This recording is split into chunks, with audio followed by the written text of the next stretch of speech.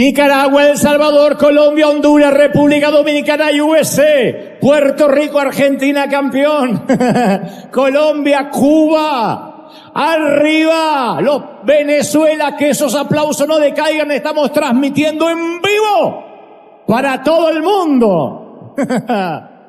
Mirá la alegría, las banderas, los estandartes que representan cada nación, cada país. ¿Cómo están? También en todo el resto del mundo, gracias por conectarse, buenos días.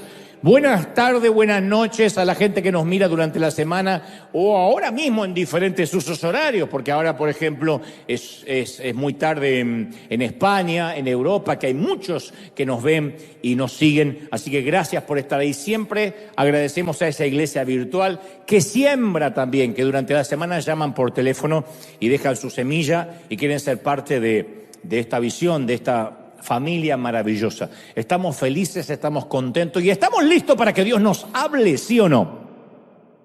Quiero transmitirte lo que creo Dios puso en mi corazón. El domingo pasado Dios también nos habló puntualmente respecto a las relaciones, respecto a nuestra infancia. Y yo celebro mucho cuando Dios trae este tipo de mensajes porque significa que entramos en una sanidad, en una restauración que Dios empezó a operar a corazón abierto y a tratarnos de un modo muy especial. Así que estamos listos, preparados, abrimos, ensanchamos nuestro corazón, nuestra mente para recibir esta palabra. Imagina un animal que pueda ser capaz de atravesar todo tipo de territorios hostiles, de climas hostiles, resistiendo el calor diurno abrasador y el glacial frío nocturno. Estoy hablando del desierto. De hecho, es el único animal en toda la creación capaz de sobrevivir en los entornos más inhóspitos de nuestro planeta. No hay otro animal que pueda hacer esto.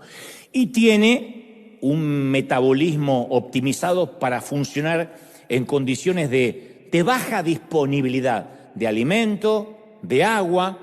No me refiero obviamente a un ser ficticio de la mitología griega, sino al legendario camello, que la mayoría de nosotros hemos visto en películas, en fotografías. A mí me tocó montarme en uno alguna vez en Israel. Es una sensación espantosa porque es alto. Cuando el tipo se arrodilla, uno se sube entre las dos jorobas y después se para y uno siente que eso es como una montaña rusa sin estar agarrado a nada.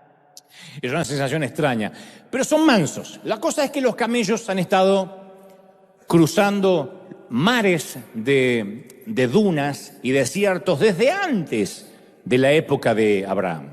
Es un asombroso mamífero que posee una resistencia que asombra a los científicos, a los zoólogos, desde su sorprendente capacidad de hidratación hasta su singular metabolismo. Pueden rehidratarse bebiendo 100 litros de aguas en apenas 10 minutos. En 10 minutos toman 100 litros de agua, una hazaña inigualable en el reino animal. Sé que hay alguna diciendo, yo tomo tanta agua, pero nunca 100 litros. Y además puede gestionar el agua, ajusta su temperatura corporal, lo cual minimiza la necesidad de sudar y no tener que perder líquido valioso. O sea, no suda, por eso es que puede retener líquido. Tiene un pelaje que refracta la luz solar y proporciona su propio aislamiento térmico. Y contrario a la creencia popular, las jorobas no almacenan agua. Eso nos decían de chico, ahí en la joroba lleva agua. No, son reservas de grasa que también les permiten tener una fuente de energía cuando escasea el alimento. Son reservas de grasa. Así que cuando te digan que estás gordo, dile no. Son reservas de grasa por si escasea el alimento. Pero tiene un talón de Aquiles, el camello.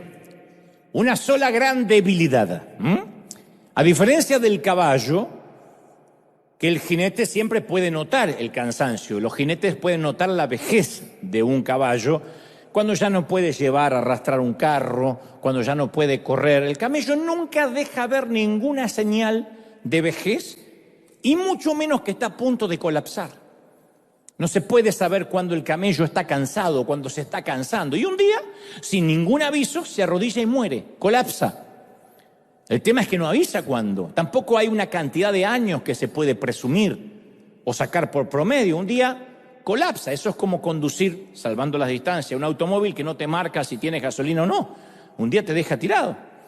Un día el camello, en plena travesía, se arrodilla y muere. Nunca nadie puede saber cuándo es que el camello está llegando a su límite de resistencia, y para cuando su jinete se entera es cuando de repente ya se murió de manera inesperada. Y así sucede con algunas almas humanas. Algunos tienen una capacidad asombrosa de enfrentar las situaciones adversas, una resiliencia por encima del promedio, resisten, soportan, reprimen, aguantan, toleran. Y un buen día, su alma simplemente dice, hasta aquí llegué.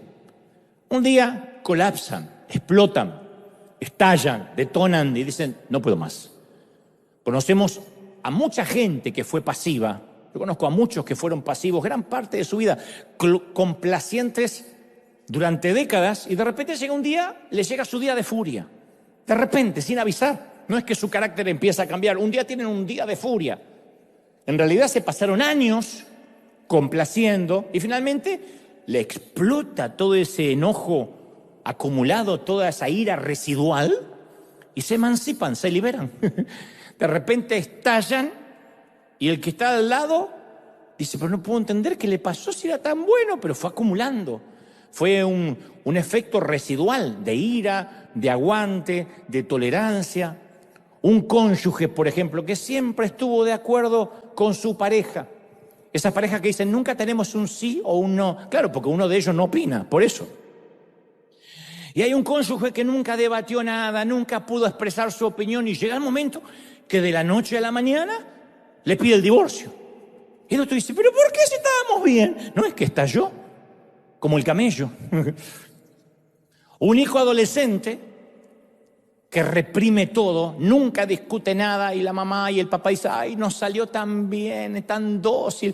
Un día se cansa de complacer, se harta de que jamás lo escuchan, un día se descontrola, pega un par de gritos y se va de la casa. Es ahí cuando los padres dicen, yo lo vi, le agarró un demonio de la nada. Pero no vino de afuera, eso salió de adentro.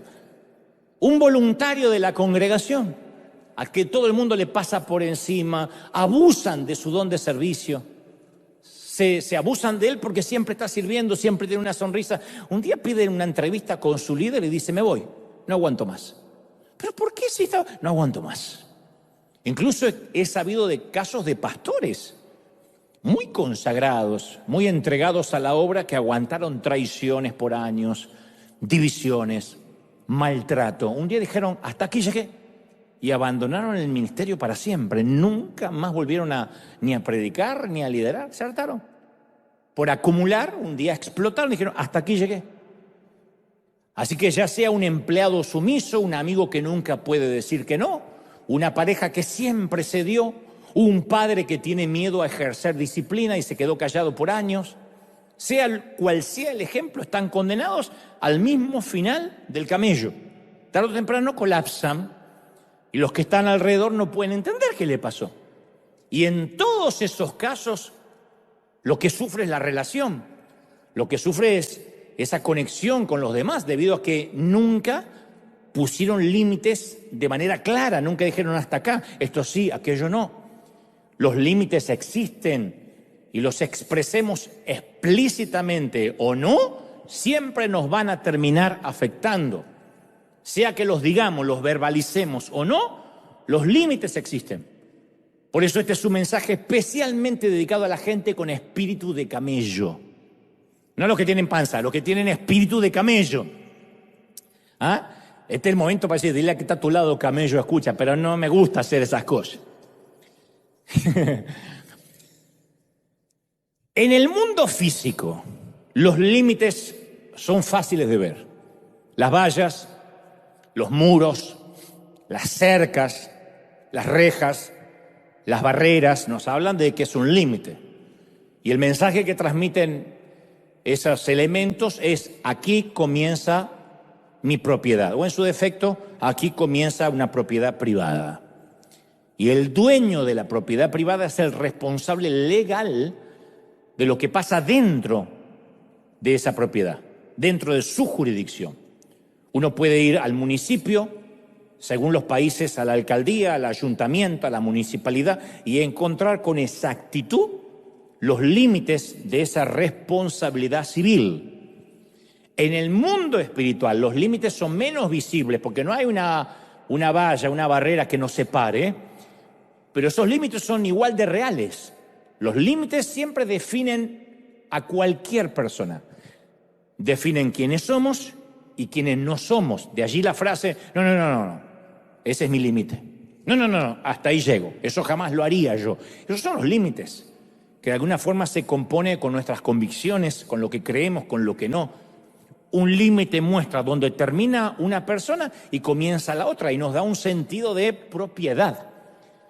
Ahora imaginemos que alguien nos dijera, en un caso hipotético, ¿no? Cuida esta propiedad y eres responsable de todo lo que pase dentro de ella. Te dejo esta propiedad para que me la cuides, pero cuidado, todo lo que pase dentro de esa propiedad te lo voy a reclamar. Pero quien te dice eso no te aclara cuáles son los límites de esa propiedad, hasta dónde tienes que cuidar. Vamos a suponer que no hay rejas, no hay alambre, no hay bardas, no hay vallas, y no sabes hasta dónde es tu responsabilidad. Bueno, eso es lo que a veces suele sucedernos a nivel espiritual y emocional, que la otra gente no sabe hasta dónde llega nuestro límite, nuestra responsabilidad. Proverbios 14:10 dice, cada corazón conoce sus propias amarguras y ningún extraño comparte su alegría.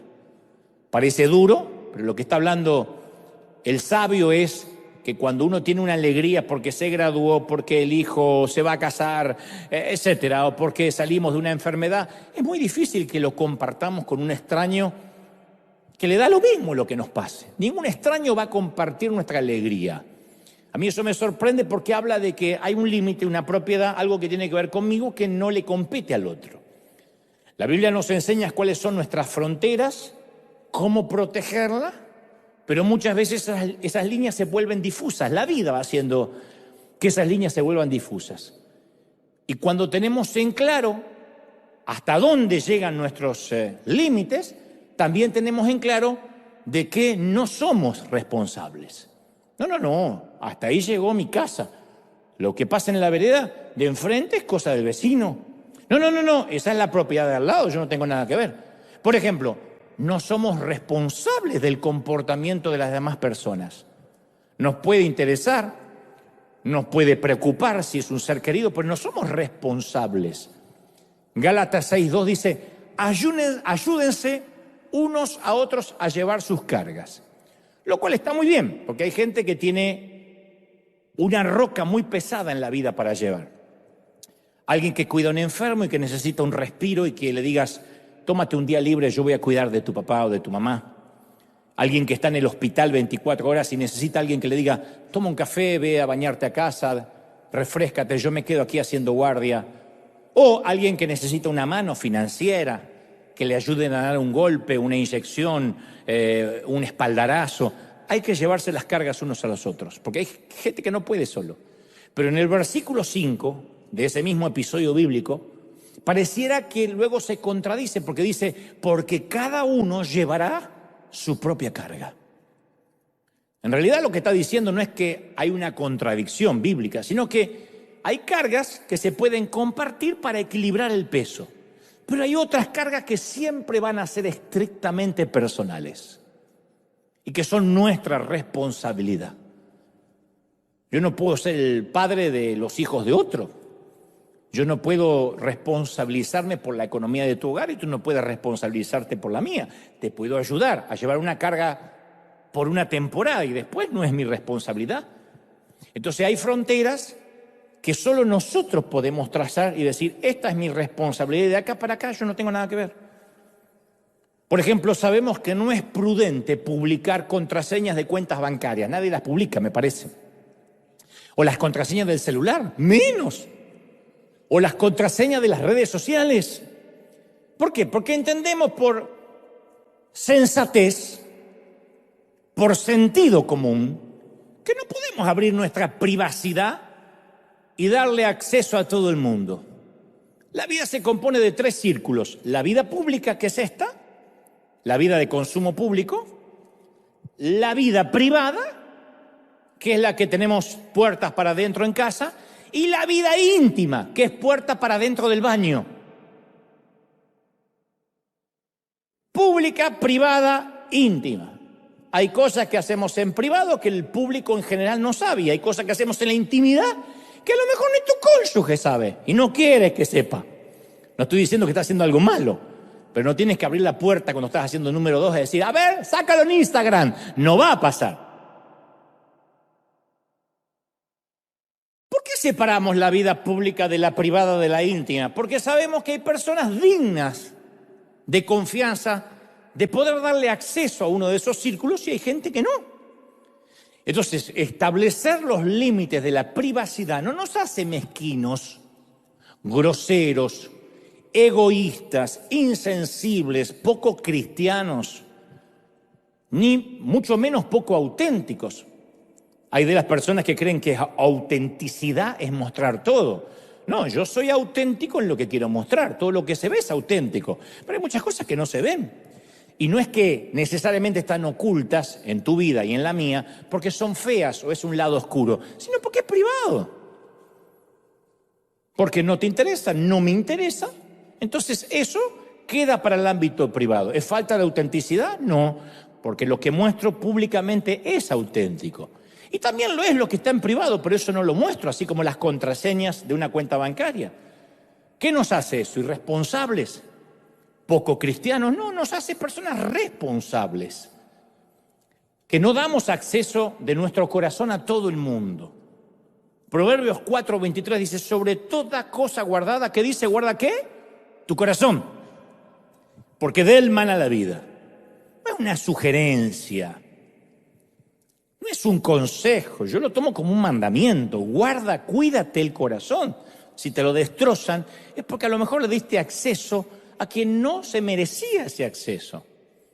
A quien no estaba dispuesto a valorar que estabas abriendo el corazón. Entonces somos administradores de lo que Dios nos ha confiado. De manera que transitamos el camino de la prudencia. Para todo, para esto es privado, esto no lo voy a compartir, esto ni loco lo pongo en las redes. No, si pongo esta contraseña me pueden hackear la cuenta. O sea, no queremos ni que nos hackeen la cuenta de Netflix. Entonces, amerita la pregunta, ¿por qué entendemos tan claramente los límites relacionados con las cuentas bancarias, relacionados con los passwords de las redes, pero no tenemos muy en claro los límites que conciernen a nuestro bienestar emocional?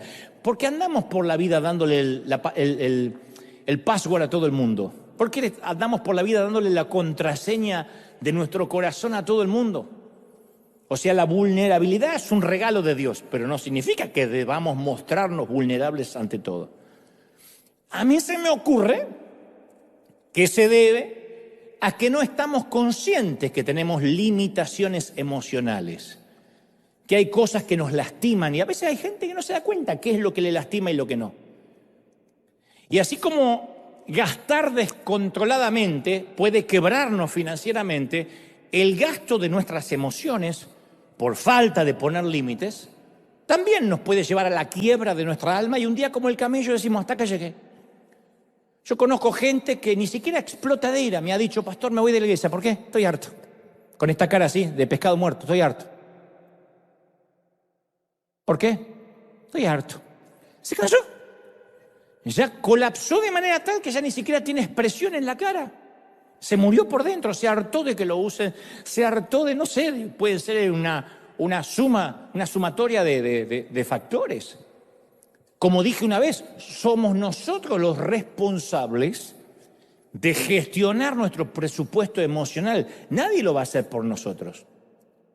Así como cada uno gestiona su presupuesto financiero, el presupuesto emocional también hay que gestionarlo, administrarlo. Porque hay gente, insisto, que al igual que el camello, aguanta, soporta, tolera, lo pasa por alto, lo pone en oración, lo sufre. lo adormece para no tener que lidiar con eso, no quiere hablarle, se autoimpone o se infringe, se reprime de lo que está ocurriendo, no quiere confrontar. Y en la mayoría de los casos terminan somatizando. Somatizar es cuando terminan teniendo síntomas que no corresponden a un diagnóstico médico, pero que enferman de igual forma. Hay gente que tiene palpitaciones en el corazón, taquicardia, y van al médico y dicen, no, está todo perfecto, pero él siente que tiene a diario pequeños infartos. Y eso se llama somatizar, que lo que no se arregla, lo que no se resuelve, lo que no se habla. ¿Se acuerda cuando nuestros padres decían, y yo me trago todo? Parecía que era una cualidad, parece que todavía es una cualidad, y yo soy de tragarme todo, gracias a Dios. No hablo de comida otra vez, estoy hablando de emociones. Los que dicen, yo soy de tragarme, yo gracias a Dios soy muy pasivo. ¿Eres pasivo o como el camello estás aguantando y un día vas a explotar? Porque eso es peor. Dicho esto, convengamos lo siguiente, este no es un mensaje acerca de cómo abandonar a las personas o cómo alejarse, sino de cómo amarlas de forma correcta y saludable. Esto no es, a ver, vamos a vivirnos a la montaña como el abuelo de Heidi y que no nos encuentre más nadie. El que no sabe quién es Heidi ni el abuelo es porque no tiene mi edad, pero buenos. Este es un mensaje de cómo amar correctamente. Este es un mensaje acerca de trazar nuestras fronteras para que cualquier relación sea sostenible con el tiempo. Ya sea con un padre, con una madre, con un cónyuge, con un hijo, con un amigo, con un compañero de trabajo. Los límites no están pensados para alejar a quienes amamos. Establecemos límites para amar a los que nos rodean sin renunciar a quienes somos, sin perder nuestras convicciones, sin claudicar lo que somos, sin perdernos en el intento de querer agradar. Sí, claro, porque me miran con esa carita de temprano domingo a la mañana diciendo, ¿cómo? Sí, claro. Los límites son para decir, voy a amar, pero quiero que la relación se mantenga. Si alguien se interpone en tu camino hacia convertirte en la persona que Dios quiere que seas y frustra la obra que Dios te ha llamado a hacer, debes poner límites de manera urgente porque va a envenenar e intoxicar tu destino. Hay gente que se puede interponer en el destino que Dios tiene para ti, que es un negocio, un ministerio, un llamado. Entonces, ¿qué hace uno? ¿Echa a esa gente? Necesariamente no, a veces no. La mayoría de las veces tenemos que trazar límites. Y trazar límites es una idea de Dios, no del diablo. Desde la creación, Dios le puso límites hasta los océanos. Hasta acá vas a llegar. El océano no puede arrasar, a menos que haya un tsunami, que vaya, desastre que logra. Los océanos tienen un límite, los puso el Señor, Dios, en sus cauces. Dios se toma muy en serio las violaciones de sus límites. Uno puede ver la evidencia cuando Dios le dio a Adán y a Eva el único límite del huerto. No van a comer del árbol del conocimiento del bien y del mal. Y les dice antes, pueden comer de todos los árboles del jardín, menos uno. O sea, no es que le dijo, pregúntenme cuando van a comer de este árbol. No vayan a comer de cualquiera, siempre consúltenme. No quería tenerlos como codependientes. Le dijo, no, coman de lo que quiera. Solo hay uno. Cientos de miles de árboles para comer y los condenados van a ese uno. Ahora, ¿por qué Dios les pondría un árbol? Yo de chico decía, ¿y por qué Dios les puso ese árbol? Porque si no fuera por ese árbol estaríamos viviendo en el huerto todavía. Pero Dios lo que quería era que tengan libertad de elegir. Y para que alguien tenga libertad de elegir, tiene que haber límites. Esto sí, esto no.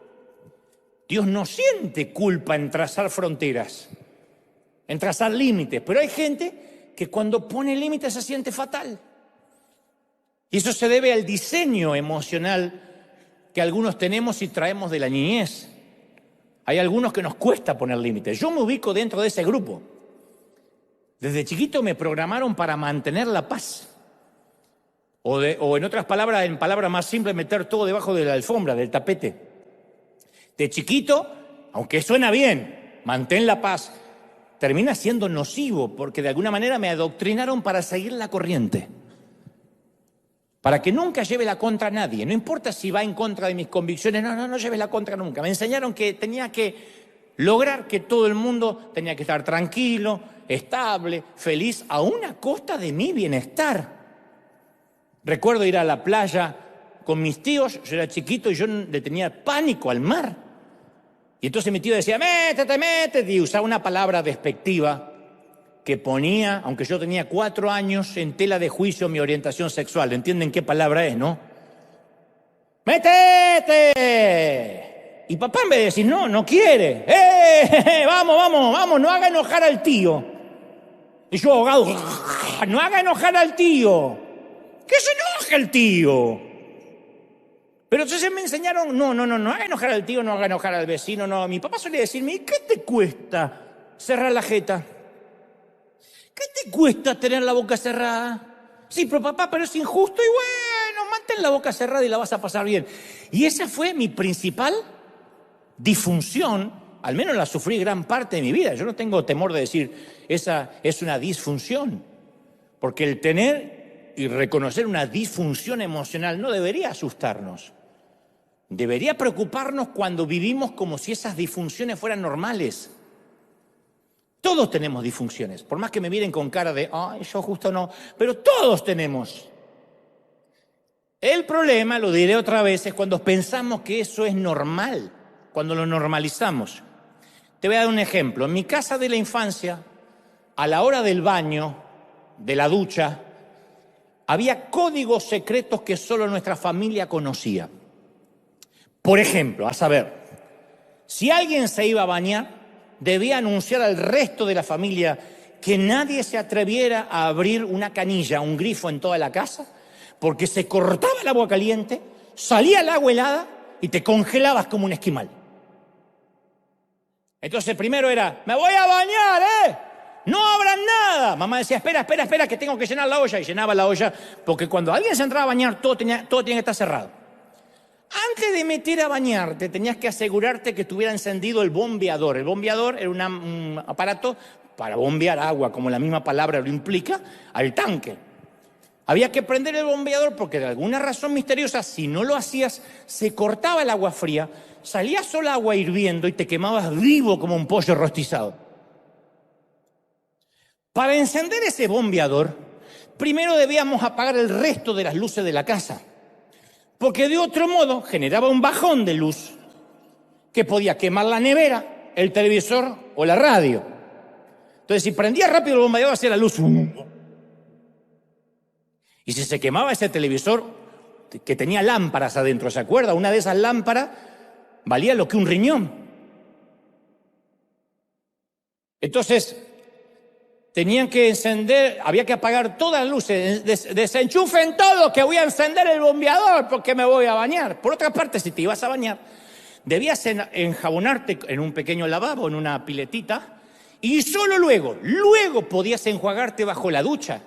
O sea, no entrabas y abrías la ducha, te jabonabas con la ducha cerrada, y después tenías 5 minutos por cronómetro para sacarte el jabón, porque si tardabas más, ese bombeador podía fundirse. Así que ahí estaba cada miércoles, que era cuando tocaba. Hoy perdonen las 2 duchas diarias de todos. Cada miércoles yo estaba desnudo, quiten esa imagen mental. Bueno, tampoco para reírse así, no sé qué vio. Tratando de recordar los códigos secretos para bañarme en casa. ¿Qué tenía que hacer? Antes de bañarnos hacíamos un repaso sistemático de las disfunciones de la casa como si fuéramos pilotos de avión antes del despegue. Decirle a todo que mantengan los grifos cerrados, check. Luces de la casa apagadas, check. Bombeador encendido, check. Ducha abierta, cronómetro, cuenta regresiva, 5 minutos, check. Nunca a mi padre se le ocurrió llamar a un plomero o a un electricista para que todo funcione normal. Asumimos las disfunciones como nuestra normalidad. Así son las duchas en la casa de los Goebbels y así debe ser en el resto del mundo. Todo el mundo, cuando se quiere duchar, en cualquier parte, en China, en África, en Groenlandia, le tienen que avisar a la familia que no abran las canillas, tienen que apagar las luces, encender el bombeador y durar 5 minutos. Yo pensé que eso pasaba en todo el mundo. En las relaciones familiares suele pasar algo similar. Una madre intenta ser la íntima amiga de su hija y terminan compitiendo de manera absurda. Y para esa madre cree que eso es normal. Y para la hija también. Un esposo espera que su mujer sea la madre que él abandonó, que él dejó atrás. Y termina perdiendo el respeto y la admiración de su esposa. Pero en ese matrimonio, ella no es la esposa, es la madre. Ay, gordo, arréglate el pantalón. Súbete, sácate esa corbata que te queda mal. ¿En serio? ¡Oh, no puedo! ¡No! ¡Ay, va! Es el marido. Es normal para ellos. Una esposa trata a su marido como si fuera su hijo y lo controla llamándolo durante todo el día y hasta le rastrea el celular. Hace 10 minutos que no sé de ti. ¿Dónde estás? ¿Es normal? Es normal. Hay que apagar las luces para que ande el bombeador. Otra esposa trata a su marido como si fuese su padre, hasta que se harta él de tener una hija en lugar de una mujer. Una amiga depende de la otra amiga para ser feliz y si la amiga le deja de hablar, ya no tiene sentido su vida. Y para ambas es normal, es una relación simbiótica, pegajosa, pero es normal. Un miembro de la iglesia no se anima a tomar ninguna decisión si no lo consulta con su líder o con su pastor. No saben lo normal que es esto en un montón de congregaciones. Aprendan ustedes que nunca me preguntan nada. Hay un montón de iglesias que, pastor, ¿podría darme la bendición para irme de vacaciones? Sí, lo bendigo. ¿Cuántos días? 5, 3. Ok. ¿Es normal? No, es normal. Hay miembros de la iglesia que no hacen nada si el pastor no le dice. Y también hay pastores que creen que los miembros tienen que consultarle todo, con quién se tienen que poner de novio, no pueden elegir una chica o un muchacho para ponerse de novio si primero no le consultan a él y él lo aprueba. Siglo XXI, pareciera que fueran una secta, pero para ellos es normal. Y tal como en mi casa de la infancia, estos patrones de disfunciones, cuando los tomamos como algo lógico, y se transforma en la versión de lo que creemos es normal, es nocivo. Pero una medida que va creciendo nos damos cuenta que la mayoría de las relaciones, parejas, amistad, parientes, nunca esas relaciones se terminan por las conversaciones que tuvimos. Se terminan por todas aquellas conversaciones que nunca se tuvieron. Por tomarlo como normal. ¿Por qué? Porque a casi nadie nos gusta el don del enfrentamiento, no nos gusta. Enfrentar no es ser grosero ni pelear, es decir, mira, este es mi límite. ¿Qué hacemos entonces? Es preferible negar, suprimir, reducir al mínimo lo que somos con tal de encajar, con tal de que nadie se enoje, con tal de que nos amen. ¿No sabes lo que yo tuve que sufrir cuando Dios me puso a liderar? Cuando tuve que pararme por primera vez ante una congregación o ser pastor y quise seguir sosteniendo ese patrón de conducta que yo traía de la infancia. Porque me costó con lágrimas aprender que un buen líder es aquel que sabe confrontar, que sabe poner límites, que sabe trazar fronteras. Pero cuando los padres, como en el caso de los míos, le enseñan a sus hijos que es malo decir que no, que es malo marcar límites, le están enseñando que los demás pueden hacer con ellos lo que se les antoja. Y el mundo real donde vamos a enviar a esos niños está repleto de personas controladoras, manipuladoras, explotadoras. Hay niños controladores y explotadores que van a por nuestros hijos. Y si a los niños les bloqueamos la facultad para decir que no, los discapacitamos de por vida, se les amputa el espíritu. Eso se llama el síndrome de la complacencia. Ay, qué chico bueno que me salió, me come de todo, lo que le doy come. A lo mejor está comiendo algo que no le gusta, pero no quiere que la madre le haga un escándalo porque no se comió el brócoli. Porque hay niños que también quieren complacer y complacer y complacer y creemos que eso es un regalo de Dios. No, no es un regalo de Dios, va a ser un adulto que va a sufrir. Porque nunca va a tener un gusto propio, va a asumir que los gustos de su mujer, si se casa, son los gustos de él. Son los que preguntan en un restaurante a la mujer, ¿y a mí qué me gusta? No, no pidas eso, que te hincha la panza, gordo. Ah, perdón, me dice mi esposa que eso no me gusta. Pierden el liderazgo y pervierten el diseño de Dios, que es ser cabeza del hogar. Y esto no es machismo, el hombre tiene que liderar, proveer. Pero si se lo amputó de chiquito para que le agrade a todo el mundo, nunca va a poder ser un líder de nada. Y para ser un líder no tiene que hablarle a una multitud y a un gentío. Uno tiene que liderar en su vida, buscando un empleo, liderar en la universidad, a donde vaya. Liderar su propia vida. Entonces hay un montón de personas que desde la adolescencia siempre se tratan de mezclar con los demás para tratar de encajar. Y le hacen creer a todos que les gustan las mismas películas, que les gusta la misma vestimenta, el mismo corte de pelo. Cuando tu hijo dice, me quiero cortar así, así, desesperado por cortarse el cabello como los amigos, es porque está queriendo pertenecer. Otra cosa que le guste, porque es la moda, pero a veces hay adolescentes que hasta adquieren una manera de vestir, de caminar, de hablar para encajar. Y borran cualquier diferencia con los demás para no causar problemas ni conflictos. Los psicólogos sociales también le llaman a esto ignorancia pluralista. Las personas complacientes tienen su radar espiritual dañado y no saben cómo cuidar su corazón, como dice Proverbio, y no lo cuidan. Les viven rompiendo el corazón, porque hasta cuando se ponen de novios, los maneja la novia o el novio, los manejan. Ay, no, es que mi novio se va a enojar, no quiere que hable con otros chicos, no, dice que no me ría en la iglesia, a él no le gusta que me ande riendo. ¿Desde cuándo alguien puede decidir cómo tiene que ser tu forma de ser? ¿Desde cuándo él te compró y dice, ahora yo te voy a cambiar?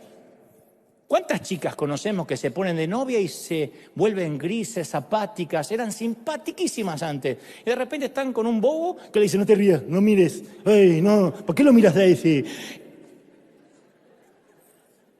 ¿Crees que después de casado va a cambiar? Se va a poner peor. Y eso es porque hay muchachos o chicas que tienen paralizados los músculos del no. Y suelen ser así por temor a herir los sentimientos de los demás, por temor a que me abandonen, temor al abandono, a la separación, temor a que el otro se enoje, a que deje de querernos, temor a que piensen que no somos buenos cristianos. Ese es el gran problema que tenemos nosotros, temor a que crean que no somos espirituales. Esto último los cristianos lo vivimos con una palabra que se llama culpa. La culpa nos impide hacer lo correcto y a veces nos inmoviliza. Porque a veces los cristianos nos condenamos por cosas que Dios no condena, que ni siquiera son bíblicas, y nosotros nos autocondenamos. Como dijo el apóstol, el que peca, peca para su propia conciencia. Hay gente que se autocondena por cosas que Dios no dice nada. Y esto no estoy predicando libertinaje, digo que hay boberías, que hay gente que se autocondena. Yo he visto gente casi al borde del suicidio, no estoy mintiendo, por haber tomado una gota de vino, por haber escuchado un tema de Luis Miguel. Escucha música mundana, o sea, se autocondena. No me imagino a Dios que llegamos a la presencia de Él y Dios te dice, vete de aquí por escuchar la incondicional, vete a quemarte en el lago de fuego eterno, a donde va Arjona. Como dijo Pablo en 1 Corintios 8:7, su conciencia se contamina por ser débil. Y el no poder marcar nuestros límites y no poder decir que no, es una muestra de debilidad, porque tenemos culpa. Y la culpa es una emoción muy difícil, porque no es un sentimiento verdadero, como la tristeza, como el enojo, como el amor. La culpa no es un sentimiento verdadero, es un estado de condenación interna. No es un sentimiento, es un estado de condenación interna. Y Jesús vino a la cruz y a resucitar para sacarnos ese estado de culpabilidad. La Escritura dice que ya no estamos bajo condenación. La culpa tiene que desaparecer. La culpa tiene que irse. ¿Lo crees? Pero cuando finalmente nos atrevemos a poner límites, y nos rehusamos a que alguien nos manipule, nos sentimos culpables porque somos cristianos. Cuando no permitimos que una persona se aproveche de nosotros, nos sentimos culpables. Se están aprovechando, sabemos que nos están manipulando, pero no, si hablo, ¿cómo voy a quedar? Sentimos que si no ayudamos a ese irresponsable de siempre, nos sentimos culpables, aunque nos vamos a pasar la vida ayudándolo, porque es un irresponsable. Y también va a haber gente que va a querer hacernos sentir mucha más culpa de la que ya en sí tenemos. Quizás conozcas a un pariente, no digas amén porque te están filmando, pero quizás conozcas a un pariente que vive pidiéndote dinero prestado y nunca te lo devuelve, nunca. No hablemos de dinero, el que te pide libros y hay que rogarle para que te lo traiga de vuelta. ¿Me puedo llevar este libro? Después te lo traigo. Se está armando una biblioteca con tu libro. Te dirás, bueno, no voy a hacer escándalo por un libro. Pero tú dices, ¿hasta cuándo le voy a decir? No, hasta que no me traiga los otros no te voy a dar este. ¿Qué dice? Pensé que éramos hermanos, primos, lo que sea. Está bien, veo que tu familia no te importa. Quizás tengas una madre a la que llamas y apenas la llamas quiebra la voz. Aquí estoy, hijo, esperando la muerte. Esperando la muerte. ¿Por qué, mamá? ¿Estás enferma? No, es que ningún hijo se acuerda que yo existo. Sí.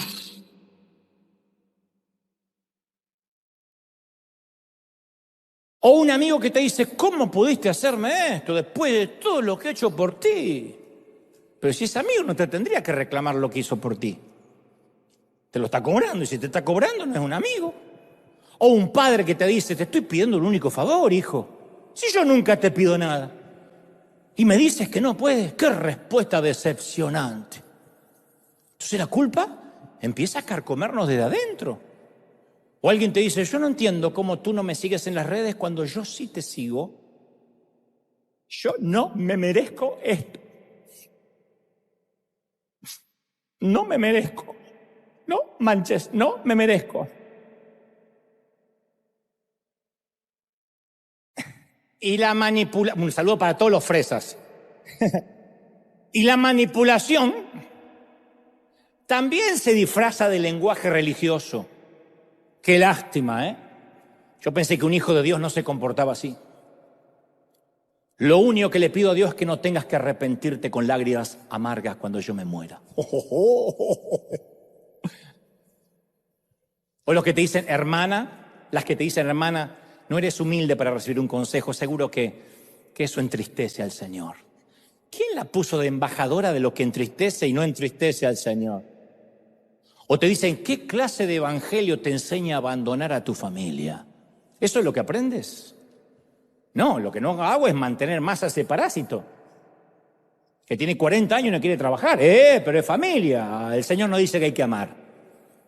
¿Cómo se nota que cambiaste? Me quedo con el que eras antes. Yo creí que un cristiano debía poner la otra mejilla y ahora entiendo por qué me contesta así. Y yo quiero que sepas que quien nos reclama por qué no ponemos la otra mejilla no es alguien que por lo general también pone la mejilla con su ejemplo. Por lo general quien reclama, el que nos dio la primera bofetada y pretende seguir golpeándonos sin que siquiera digamos nada. Entonces las personas que actúan así es porque no pueden aceptar que pusimos nuestros límites, que marcamos nuestra frontera de tolerancia. Eso no es dejar de ser bueno, dejar de tener paz. Es decir, no, esta es mi frontera de tolerancia.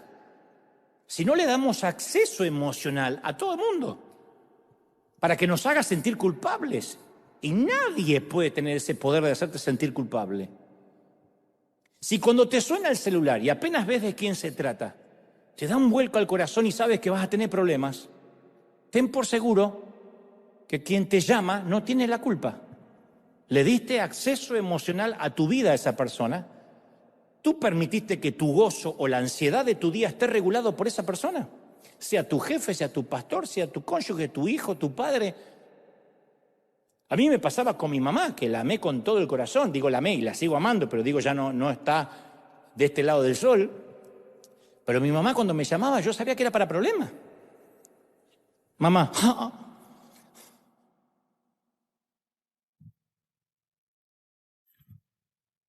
más. Porque nunca era para bendecirme.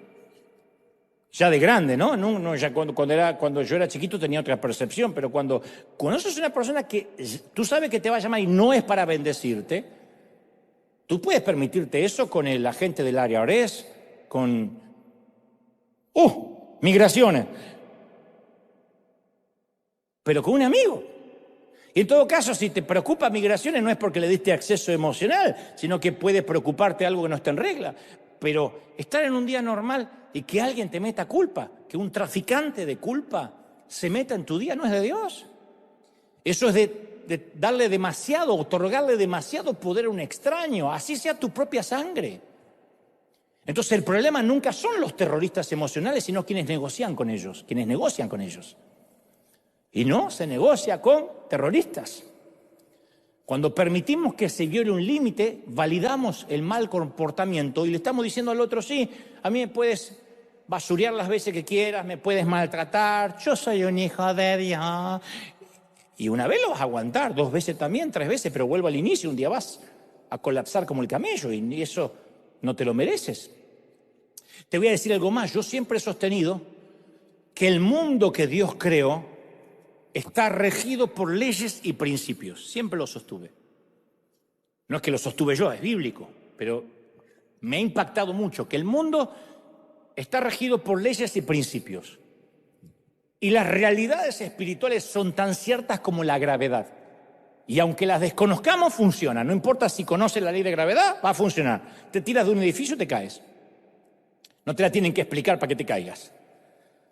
Quizás no nos hayan enseñado estos principios de vida y de relación, pero eso no significa que no nos gobiernen. Y como hablamos hace algunas semanas, la ley de causa y efecto es una ley básica de vida. Cada uno cosecha lo que siembra. ¿Es así o no? Cada uno cosecha lo que siembra. Gálatas 6:8 dice, el que siembra para agradar la naturaleza pecaminosa, de esa misma naturaleza va a cosechar destrucción. El que siembra para agradar el Espíritu, del Espíritu cosechará vida eterna. Es un principio. Entonces, si alguien fuma, repaso, si alguien fuma durante toda la vida, lo más probable es que desarrolle cáncer de pulmón. Si gasta dinero de más, seguramente lo van a perseguir los acreedores. No tiene nada que ver el diablo, ni el espíritu de cigarrillo, ni el espíritu de deuda. Por otro lado, si se alimenta correctamente y hace ejercicio físico con regularidad, posiblemente llegue a la vejez con buena salud.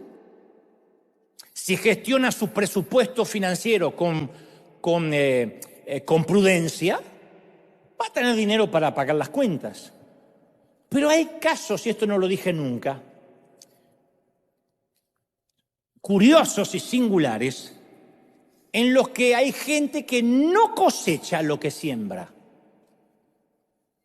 Y eso sucede cuando alguien interviene y cosecha las consecuencias de aquellos que sembraron.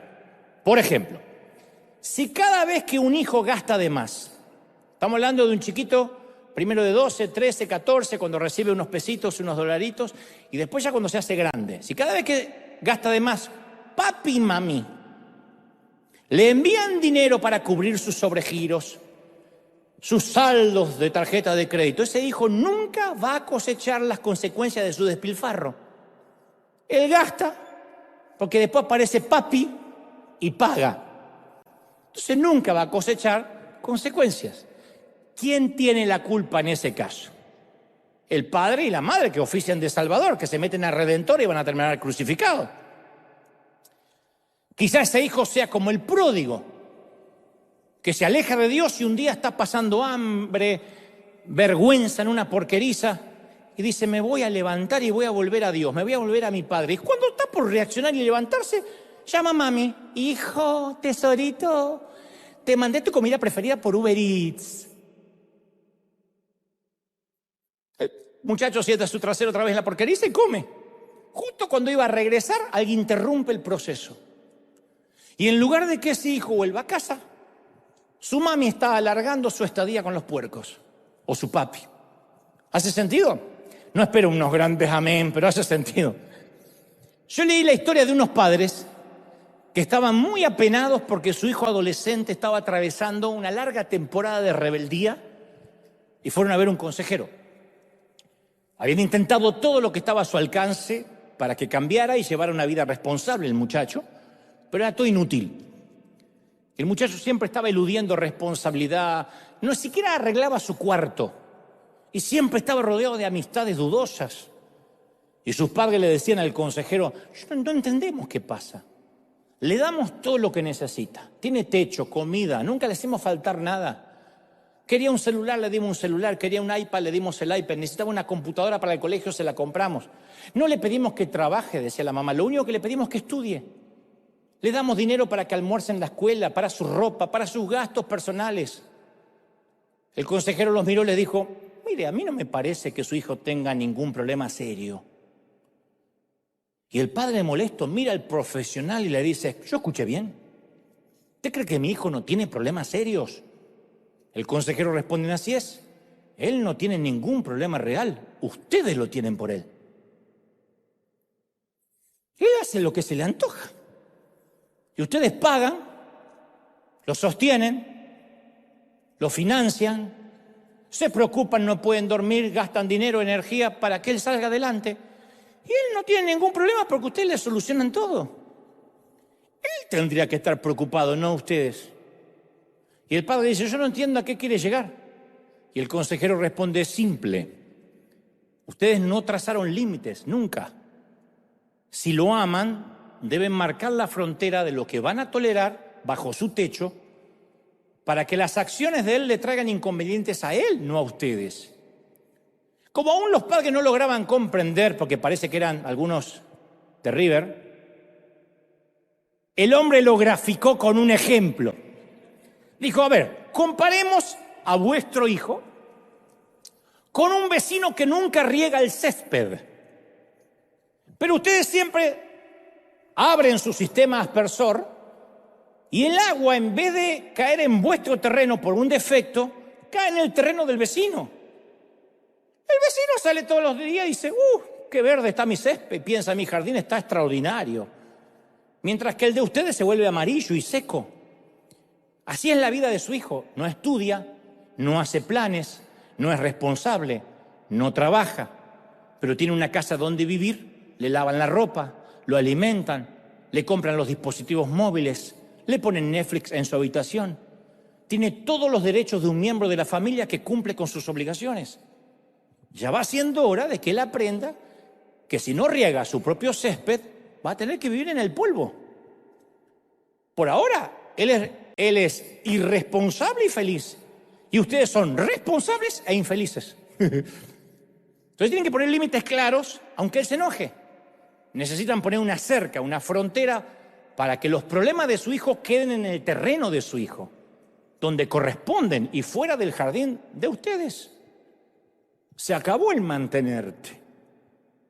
Cuando no ponemos límites, protegemos a cierta gente de la circunstancia de su siembra o de su falta de siembra. Entonces, este hijo no siembra, no hace nada, pero el dinero le llueve. Mamá, si necesito un celular nuevo, me lo va a comprar. Entonces, él va a ir a la vida no conociendo la ley de la siembra y la cosecha. Va a pensar que el mundo le debe todo. Un día se va a encontrar con un jefe que no es su papá. Un día se va a encontrar con un compañero de trabajo que le va a partir la cara, le va a partir la trompa de una trompada. Porque no es su mamá. La ley de la siembra y la cosecha, claro que puede ser interrumpida. ¿Quién las interrumpe? Los que tienen carencia de límites provocan esa interrupción.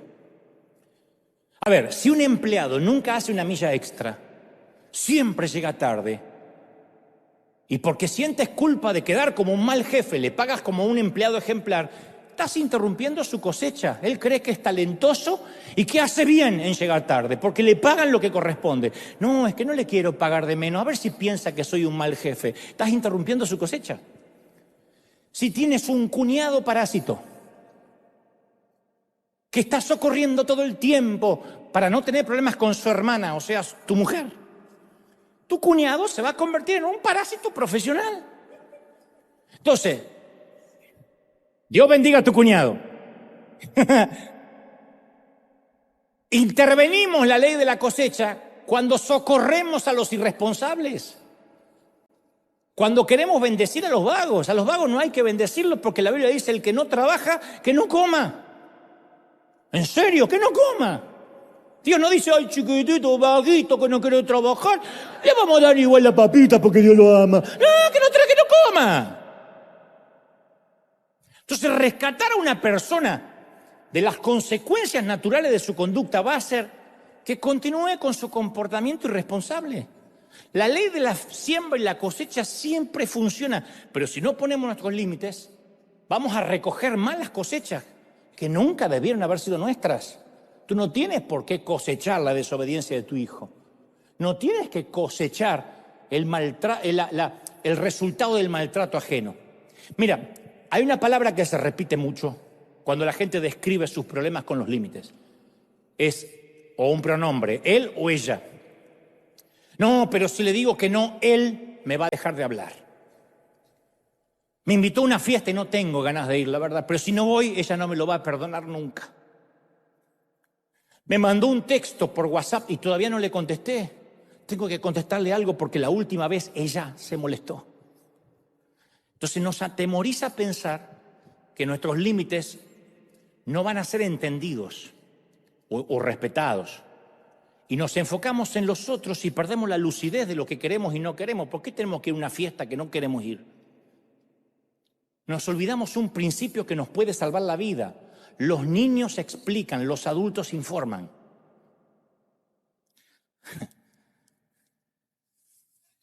¿Qué pasó? Los niños dan explicaciones, les corresponde, los adultos informamos.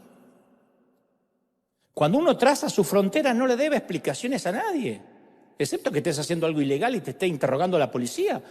Si no, los adultos no tienen por qué explicar, informan. Eso no es ser grosero, eso se llama ser adulto.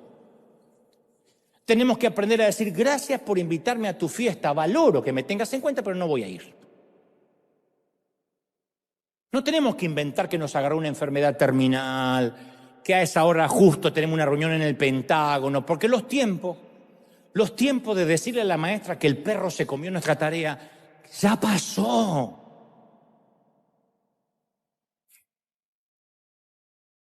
Y la tarea me la comió el perro, ya pasó. Cuando uno es adulto dice: no, la hice. Le voy a poner un 0. Y bueno, yo sabía cuando no hice la tarea que iba a tener una baja calificación. Así se comporta un adulto. Yo he perdido a decenas de pastores que se decían mis amigos. He ganado otros, pero he perdido a muchos porque ya no acepto sus invitaciones. Y algunos me invitan diciendo: espero que te acuerdes de cuando eras humilde y venías a mi congregación. Oye, ellos están dando por sentado que si yo no acepto, perdí la humildad. A ellos no les importa si mi agenda cambió, si ya no tengo ganas, si no es mi prioridad, si no es lo que Dios me manda en esta temporada. Entonces, por mucho que le explique que tengo otras obligaciones o que no puedo hacer un lugar en la agenda para visitar otras iglesias, terminan diciendo: qué pena, Dante. Voy a orar para que vuelvas a la senda antigua. O sea que la senda antigua es aceptar lo que Él quiere. Así que ya no explico. Solo digo gracias, pero no. Y por mi salud mental y emocional he refinanciado ciertas amistades. Hay que refinanciarlas como las hipotecas después de determinado tiempo. Yo estoy grande ya para seguir pagando viejas deudas y con intereses leoninos. Ya está. Aun cuando tengo una deuda que pagar, ya la pagué.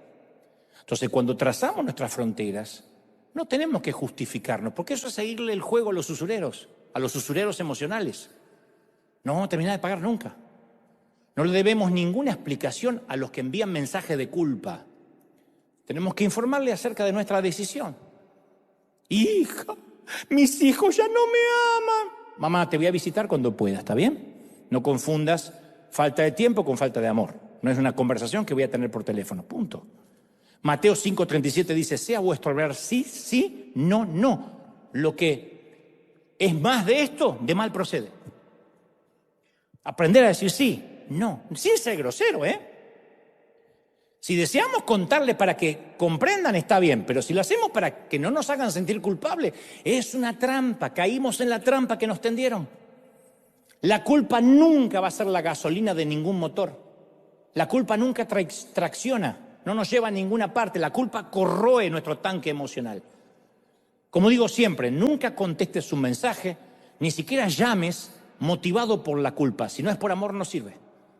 Hoy lo tengo que hacer porque me siento tan mal. No lo hagas, no sirve. Esto de mal procede.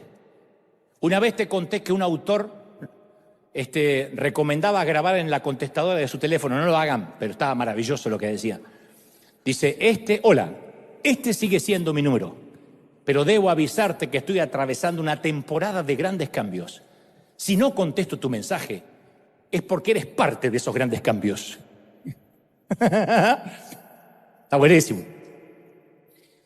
Bueno, el correr de los años me ha enseñado a ser sensible con el problema ajeno. River es una iglesia muy sensible, muy empática, si no, no podríamos ayudar. Pero siempre teniendo en claro que el problema no es nuestro. Nosotros nunca damos por culpa. A veces nos escriben cartas solicitándonos, queremos que nos ayuden a construir un templo porque nosotros no tenemos y ustedes que tienen tanto y yo estoy seguro que les sobra, que les cuesta. Cuando está la culpa en la carta, la desecho de inmediatamente. A mí la culpa no es un motor, la culpa no enciende mi motor, la culpa no me mueve.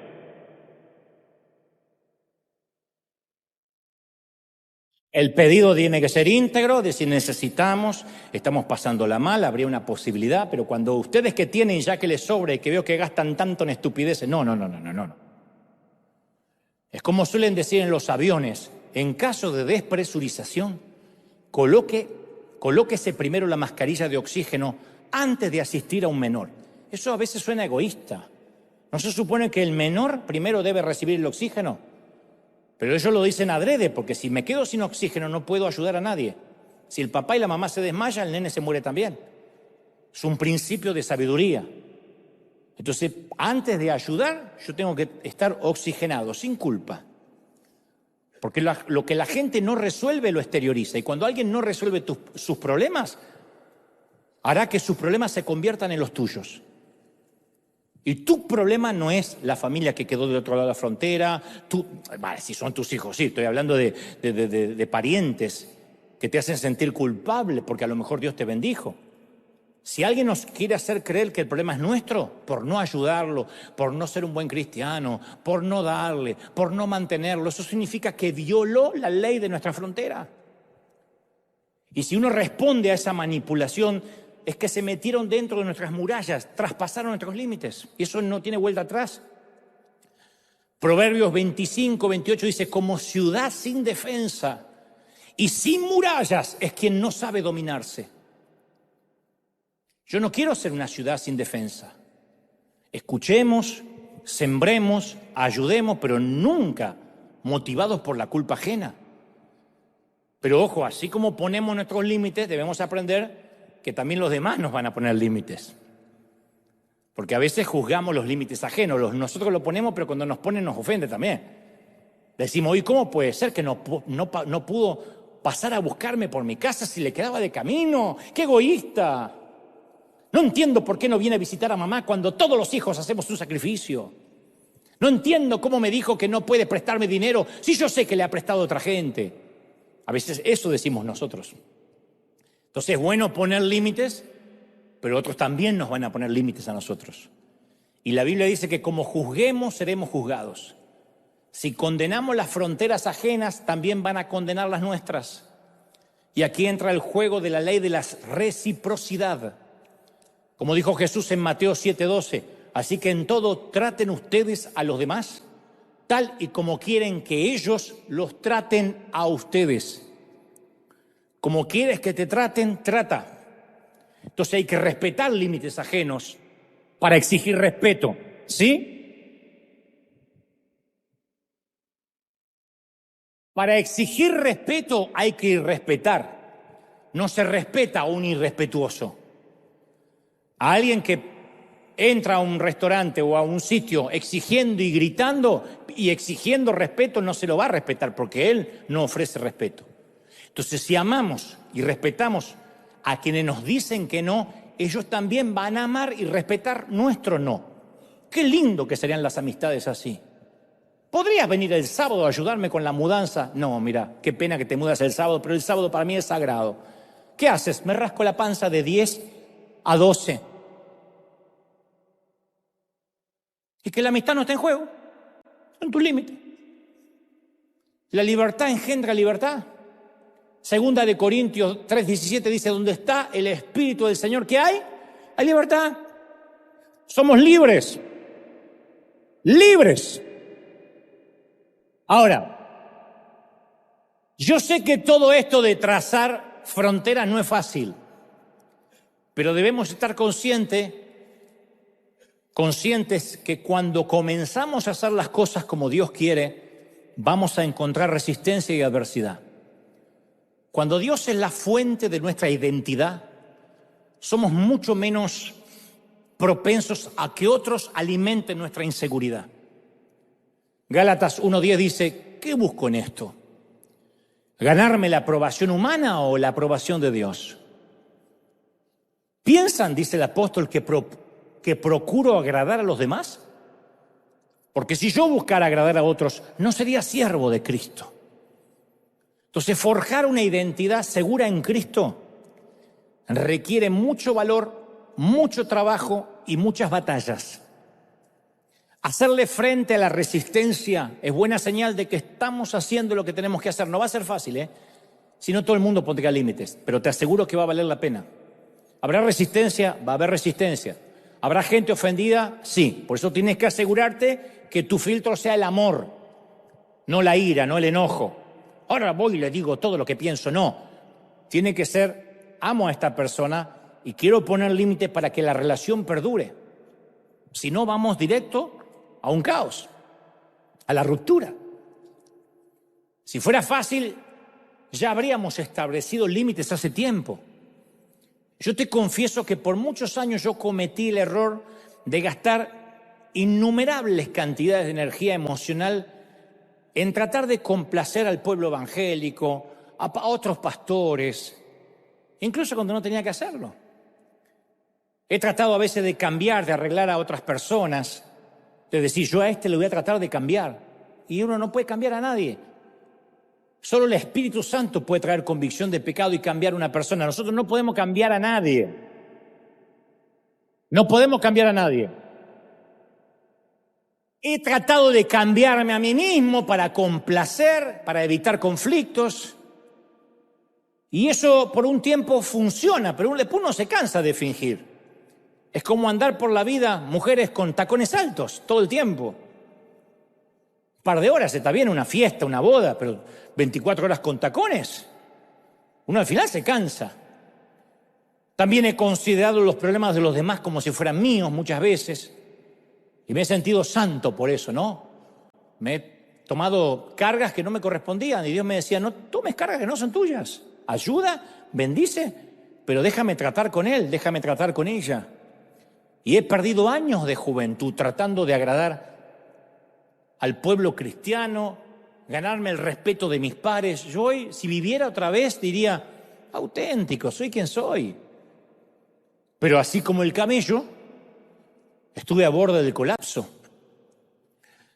Sentí que llegué a una temporada que iba a arrodillarme y quedarme ahí tirado. Yo era uno de los que en un momento iba a decir, basta, yo no soy más pastor, no predico más, hasta acá se terminó.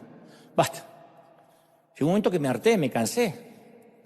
Se me habían agotado las reservas de agua, de nutrientes, y mi alma cansada, sedienta y harta, casi me llevan literalmente a un infarto. En alguna ocasión, solito acá en Estados Unidos, aquí en Los Ángeles, me fui a una clínica y digo, señorita, estoy teniendo un infarto. Si no le molesta, llena este papel, y lo van a llamar, no, pero me estoy muriendo. Llena este papel. Dije, si me quedo tengo doble infarto, así que me fui. Afortunadamente yo aprendí la lección sin tener que hacer una escala en la cama de hospital. Así que, ¿qué hice? Me puse primero la máscara de oxígeno y fue así que pude bendecir y oxigenar a otros. Dije, no, yo voy a cuidar el templo del Espíritu, yo voy a cuidar mis emociones, yo no puedo bendecir. Como dije el domingo pasado, la gente herida hiere, la gente sana, sana. Entonces, si yo permitía que las heridas supuraran, que las heridas se volvieran pútridas, yo iba a ser uno de esos predicadores que condena a todo el mundo, enojado, cansado, harto, con ganas de tomarse un sabático, de desaparecer. Yo dije, no, yo no quiero amargarme. Yo no quiero enfermarme ni envejecer prematuramente, menos envejecer. Y hoy quiero invitarte a hacer lo mismo, a trazar una línea con el pie, así, marcar tus límites y en el nombre del Señor decretar la ley de tu frontera. Vamos a dar un aplauso al Señor de señores, al Rey de reyes. ¡Aleluya! Cuando te ponga de pie vamos a celebrar la frontera, vamos a celebrar los límites. ¡Somos libres! ¿Alguien quiere celebrar por eso? ¡Somos libres! ¡Sanos! ¡Benditos! ¡Aleluya! ¡Santo! ¿Cuántos reciben esta palabra? Díganme. ¡Amén! Ahora sí. Nunca te pido que digas nada, pero me encanta cuando dices amén porque significa así sea, que sea parte de nuestro ser, parte de nuestra dinámica de vida. Y esto significa incluso decir, Señor, quiero tener una calidad de vida, quiero saber quién soy. Vamos a regalarnos el no. No saben lo bueno que es regalarse el no. En un momento de mi vida yo decía, si yo digo no a las invitaciones, si yo digo no a predicar, estoy negándome a servir al Señor. Y entendí que mis no liberaban el sí para otros. Cuando tú dices no a algo, Dios no dice, uy, el único predicador en mi caso que tengo en el universo dijo que no, y ahora, ¿cómo oirán de mí? Dios le abre la puerta a otros. Entonces a veces no tenemos que decir sí a todo. El no nuestro es el sí para otro.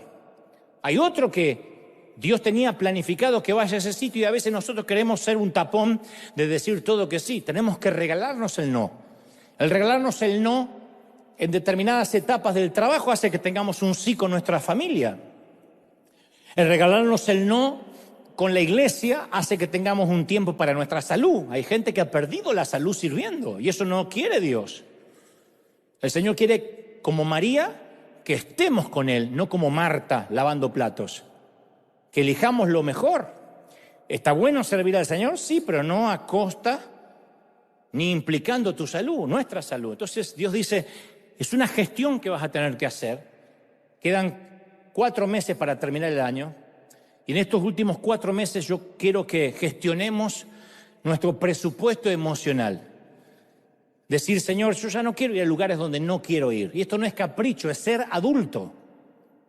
Es muy feo llegar a la cama de un hospital y darte cuenta que toda esa gente que intentaste agradar le importa un cuerno que estés ahí en la cama del hospital. Y no digo esto con rencor, es verdad. Yo he estado acompañando a muchos en la estación final de su vida. Y ni le digo, ¿dónde están tus hijos y tus parientes? No, me tienen olvidado, pero está bien, están muy ocupados. Y ese hombre vivió para agradarle a todos. Y voy a ir más allá, ninguno se va a enterrar con nosotros. El día que yo estoy consciente que hay mucha gente que me ama, pero yo sé que cuando me muera, toda esa gente que a veces intenté agradar, que no me criticaran, que no me juzgara, que le diera explicaciones, a decir, murió Dante Gebel. ¡Oh, qué tremendo! Pone Luis Miguel. Es así.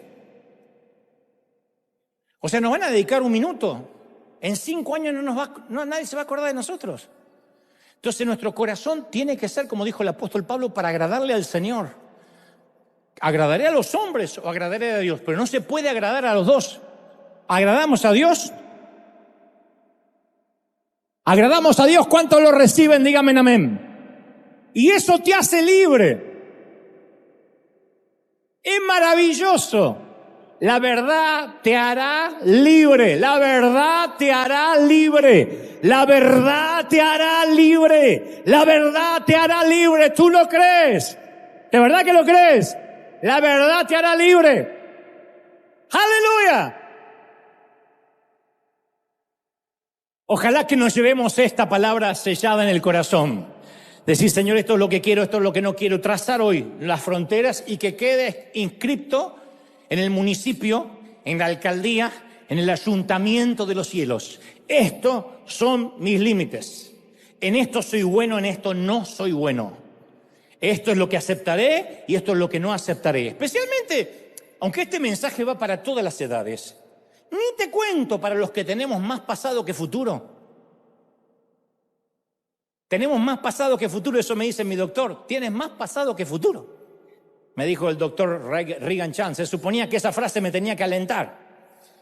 Le digo, ¿qué significa que tengo más pasado que futuro? Me dice que está más cerca de la tumba que de la cuna. Y entonces dije, no, la vida es demasiado corta, por lo menos de este lado del sol. Después tenemos la eternidad para gozarnos con el Señor. Pero de este lado es demasiado corta para decir sí a todo, para que nos manipulen, para no tener límites. ¿Cuántos reciben esta palabra? Levanta tu mano, vamos a orar. Padre, gracias por este día. Señor, he transmitido lo que creo me has dicho que diga, todos orando. Levanta tu mano y ora conmigo. En casa también estamos orando, clamando al Señor. Señor, es esta palabra la que llega a nuestros corazones. La he transmitido con respeto, con honra, con temor y temblor. Señor, a los que sufrimos desde años disfunciones, a los que hemos tenido una normalidad pervertida, cambiada. Señor, ayúdanos. Aunque estemos en la edad adulta algunos, aunque estemos en la mitad de la vida otros, ayúdanos a refinanciar las emociones, a refinanciar nuestra vida anímica, nuestra vida emocional, espiritual. Señor, mira a los que están enfermos físicamente, los que han somatizado por tragar situaciones. Tú me estás mostrando gente aquí que está sufriendo en los huesos, osteoporosis, psoriasis en la piel, están sufriendo diabetes, están sufriendo algunos desbalances químicos en su cuerpo a causa de no tener límites. Señor, te pido, sánalos ahora, restaura su salud ahora, y ellos y nosotros nos comprometemos a trazar límites, a cuidar nuestra integridad, a cuidar nuestro propósito, a cuidar, Señor, nuestras limitaciones. Trazamos la ley de la frontera espiritual. Trazamos la ley de la línea que nadie ni nada va a pasar. El diablo no pasará esa línea. Los controladores no atravesarán la línea. Los manipuladores no atravesarán la línea. Y yo cumpliré lo que el Señor quiere. Señor, vemos con propósito. Dirigimos nuestra vida con propósito. Ahí está, todos orando, clamando al Señor. Este es el día, la mañana en que ha hecho el Señor. Y estamos gozándonos en esta palabra. Espíritu Santo, he hablado al intelecto donde yo torpemente solo puedo llegar. Pero ruego que tu Espíritu Santo haga lo que ha hecho todos estos años. Imprimir en sus corazones, tocar los tuétanos, los huesos, tocar los lugares más recónditos y escondidos del ser de cada quien. Imprime, Espíritu Santo, esta palabra. Cesa con tu autoridad lo que tú has hablado, para que sepamos que es tiempo en que tú nos amas demasiado y no te gusta vernos sufrir. Señor, te amamos.